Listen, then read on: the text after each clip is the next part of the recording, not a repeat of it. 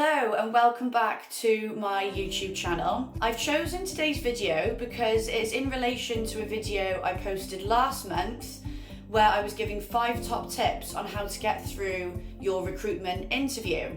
So this is my 5th tip, and I saved it for its own video because I felt it was a subject I wanted to explore a little bit deeper with people, and that is how to be yourself in an interview. It's so important, but actually it's quite hard to do because for any interview, of course we're going to have some nerves, of course there is going to be some apprehension. So when we feel like that, we quite often shut off a little bit of our personality and who we are, and we are trying to impress people at the end of the day. So it can be really easy to either overdo some of our behaviours or hide some of the behaviours that actually we should really be showing. So one of the things I want to cover off is remember that you are a unique person, and actually what's going to make you stand out is by you being your authentic self. Like I've already said, it sounds easy, but it's a hard thing to do. One of the things I find works really well, and I actually do this when I train people, right on the first day of training, write down a list of all the qualities you think make a great recruitment consultant. Write down the things that you think the managers will want to see, want to hear, want that person to be. Then what I want you to do is make a list of the things you truly feel make you a great person, your strengths, characteristics. And if you're struggling, ask your parents, ask your friends, family members. Go back to the list you wrote originally on what qualities you think make a great recruitment consultant, and circle or put a tick next to all the things you put down as your own qualities. Just by seeing that you have already some of the transferable skills that these agencies are looking for, it gives you that boost and that appreciation of your own skills and transferable qualities to go into that interview and be yourself, because that is all you need to be. Another tip I've got for you is remember that this interview, yes, they are interviewing you, but you are interviewing them as well. You need to be a good fit for each other if this is going to be a long-term thing. By being yourself, you will work out whether that fit is right. You might gel with personalities on the management team.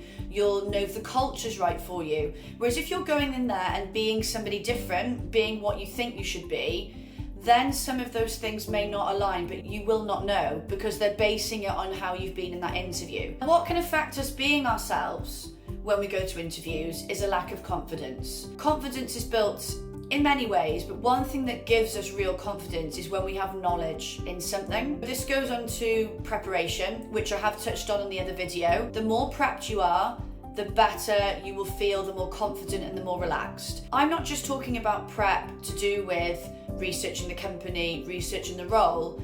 I'm talking about preparation in terms of what you want to know, what feel you need to get for the company, what is it you want from your career, and will this give you that?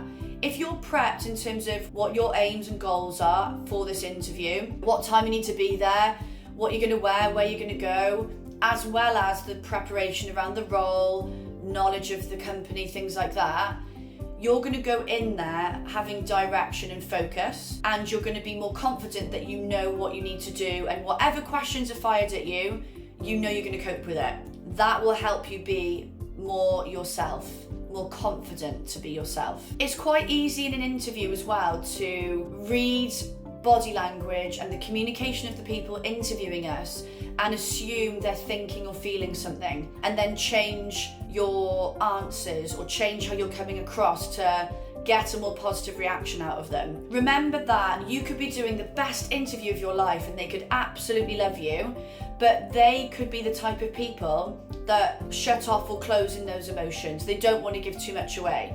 So inside they might be smiling and really happy with what you're doing, but on the outside not show that as obviously as myself or you would in an interview. If you don't feel that you're getting the nods you need, that you're doing a good job, don't change who you are, because there's 2 reasons for that. One, if they aren't happy with something you're doing and you are being yourself, they're not the right fit for you. They're not the right company. But also, if you are doing the right things and they're just not showing it, if you then start to change, you could then be doing things they don't want to see, and you're not going to get any indicators of that as well. I remember when I was recruiting for some of my clients, I knew some of the managers were very stone-faced, didn't give much away. They purposely kept quiet, didn't smile and nod as you were answering questions. And that made people feel like, oh God, I've done an awful job. When they then got an offer, they were really surprised, even with me telling them, look, don't expect much from this manager.